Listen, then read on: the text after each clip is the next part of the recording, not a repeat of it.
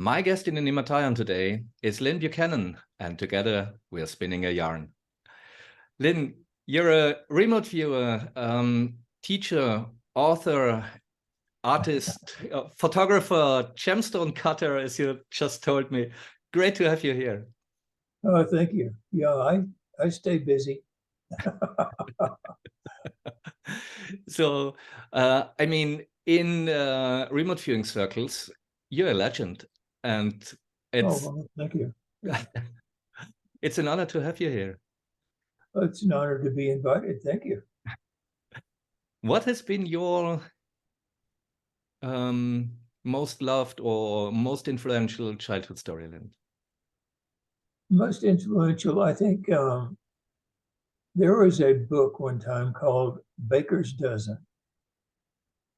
Baker's Dozen is 13 cookies or 13 biscuits or whatever. They always throw in a 13th one just in case one's bad. Mm-hmm. And the book was called The Baker's Dozen. So it was 13 stories. One of those stories in there was of this boy who's walking along a path and he sees a bow and arrow on the ground. And he looks around, there's no owner. What's it doing on the ground? And it's, I mean, a beautiful ornate bow, beautiful arrows and all that. And so he has the quandary. Does he pick it up and take it with him? Does he pick it up and go find the owner? Does he leave it there because the owner may have left it there on purpose? What does he do? And the story winds up about how he leaves it there and goes and finds the owner and tells the owner where it is with the hopes that nobody else has picked it up, along the way. And it was a story about what is the right thing to do when you don't know what the right thing to do is. Mm-hmm. And this has always been sort of a situation, what is right and what is wrong. And that many times there are so many options and each one seems right. And how do you pick? And this was I think, influential story to me,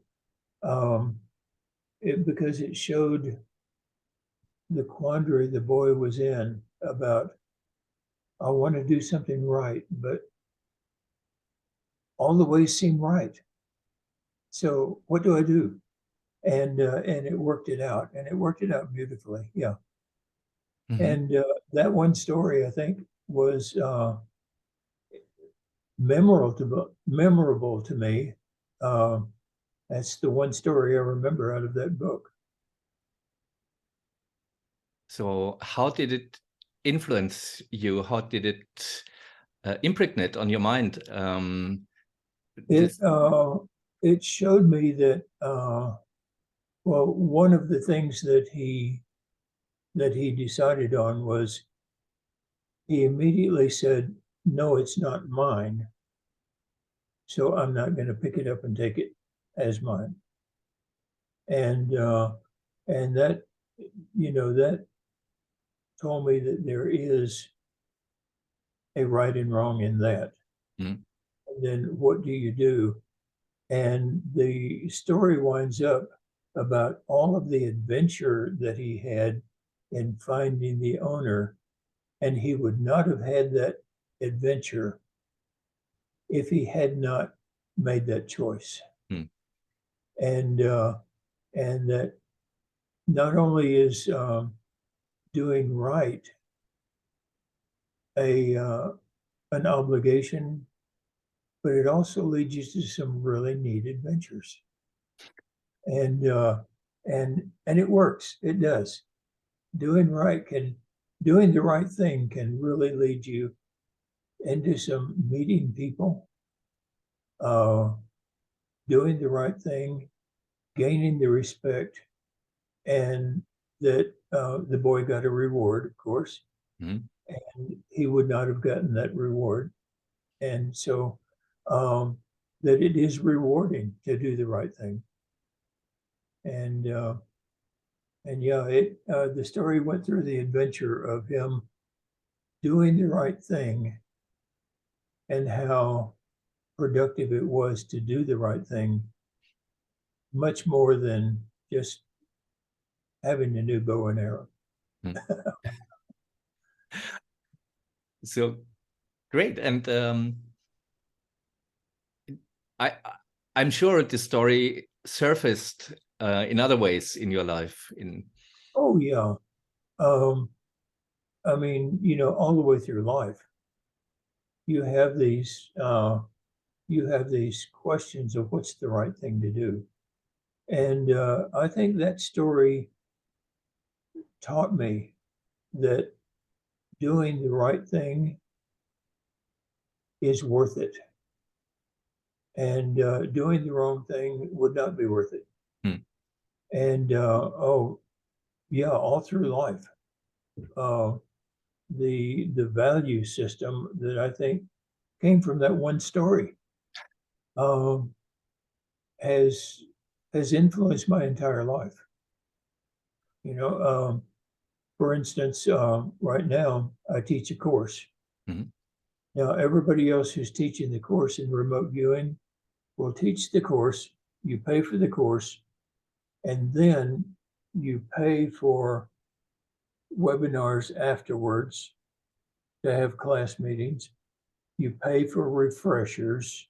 If you want to come back and, sit in on a class because you've forgotten stuff, you pay for that.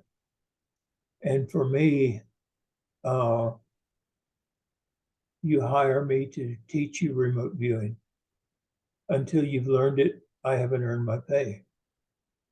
And I never charge for anybody to come back for the rest of their life. Mm-hmm. Mm-hmm. Because if they come back, it's because they still need to learn. And for me, that has made lifelong friends. That has made some fantastic remote viewers. I mean, really talented remote viewers. And the work that they're doing to help people, to help the police and all that, that's a reward to me. Yeah. And much more than charging an extra dollar for, no. For me, that's the right thing to do. Mm.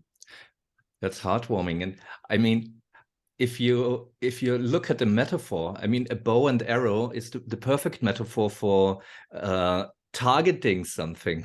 And that's what you're That's true. doing. For a remote viewer, that's just Right. like one symbol traces. I hadn't realized that, but that's true. Yeah. Very good. I like it how stories communicate with us, and They do. yeah, Yeah. yeah, yeah, and they make very good and important companions. Oh, yeah, they Yeah, do.